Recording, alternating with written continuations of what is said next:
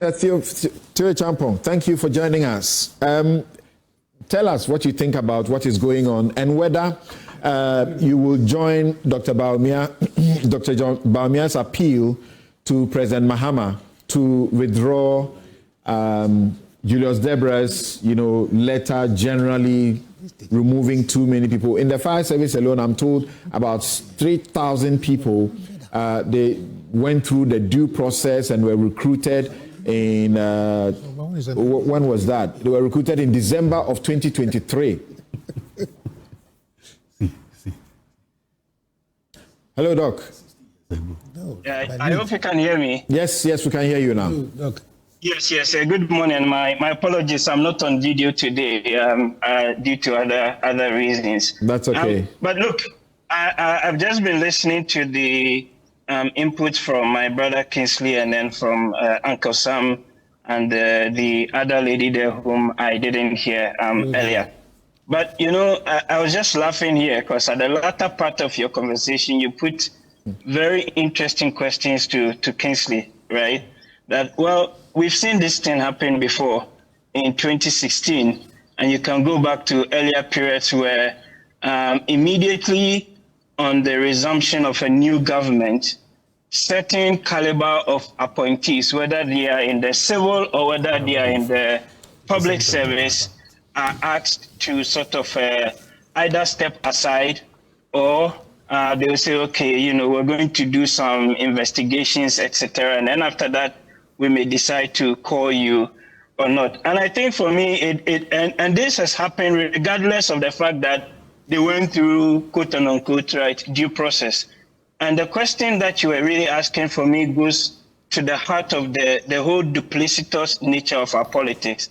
If we had reversed this 4 years or even 8 years ago, and I'm sure we can go back to old Newsfile and other tapes where similar discussions and conversations were being had here, except that the roles were changed, right? On the other side, you would have had NDC and MPP, and the same arguments would have been made that, these things are not fair and we have to go through and do the right thing and all of that.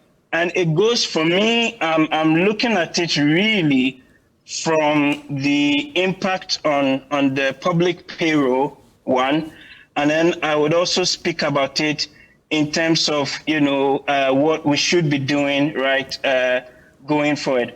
Nobody denies that we need more doctors, we need more teachers, we need more civil servants, so to say, right?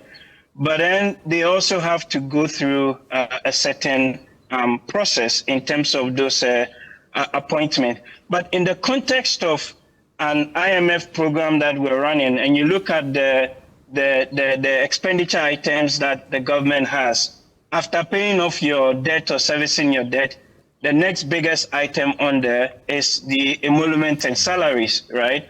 And you would have to do something in terms of trimming, but also in terms of ensuring that there's efficiency savings within that. I am personally not for the whole mass targeting or the mass letter, but I can understand the logic behind that, especially when after the 7th of December, it looks often as though, you can even go back to earlier administrations, the governments then are in a rush to quote unquote regularize certain appointments that they should have done much earlier. That's right. Because suddenly they are going out of power. And there are some people that we should have actually maybe 6 months earlier, maybe a year earlier, giving them proper employment contracts and all of that. And so there's this panic to ensure that those people have those appointments.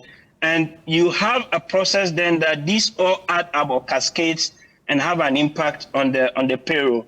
So I think then what ought to be done for me, first thing, is it needs a more nuanced and a more targeted approach. The whole mass approach perhaps doesn't work. So for sure, we need an audit of all these appointments. I would probably extend it to 2 months even before the election and not just after 7th of December, right? That's the first thing. I also then think that in the context of that audit, we need to be very sure that every one of those people that have been employed, quote and unquote, went through that due process, financial clearance, authorization, all of those things, right? Ultimately, what will happen is that some people would be re-employed back and some would not be, employed back. I got a letter or an email yesterday from, I think it was and they were complaining hard. Some of them, we had a little, went through, Doc, we had a little difficulty with your line. Sorry. You said you got a letter from who? Okay, sorry. There's an email that I got from newly posted teachers. Yes, we got it. They we were have complaining. it. Yeah. Oh, you have it? Okay. Yeah. Right. So basically, they're saying that, well, they went through all the due processes and all of that. And this started as far back as a couple of months before. And therefore, the letter asking for the revocation and the subsequent revocation perhaps comes across as being a bit, unfair. I think then what we need, right, again, going back is we need some certain timelines. By what time do we expect, one, the auditing that is going on to be completed, and so these people to have a certain sense of assurance or certainty that, for example, by the end of March or April, we know we've completed the process and you can either reapply or you don't even need to reapply. You just come and start from where you are or where you left off right from. Right. But the other point that I also wanted to really make, which again, I was really, again, laughing at is we need to change the laws within the country. People say that, yeah, of course, the government runs until the midnight of the 6th of, of the 7th of, is it 6th of January? Yes, that's so. When the new government takes over. I think that for certain caliber of appointment, I would argue that the laws somewhat be amended so we put a limit that 2 months before the expiration of the term of a government, you cannot recruit into certain categories of within the public or even the civil service. Doc, number two, what it would have to. What happened to common sense and reasonability? Must our lives be regulated by law every inch? Oh, but something, our people and what we are dealing with in terms of the political economy. They will still abuse it. If you tell them that don't make appointments or recruitment 2 months to elections, they will plan all of it and do it perhaps 4 months before. No, but at least you are certain and you're sure that they are not rushing to do or regularize things that they should have done hitherto, right? One. Number two, you also would be certain or sure that the potential impact on the public payroll, right, would have all been costed within the relevant financial or fiscal architecture of the country. And that is a very important point. Okay. Now all these new appointments that have been made, you have to cost it. They have to be put on the payroll. It's going to have an impact.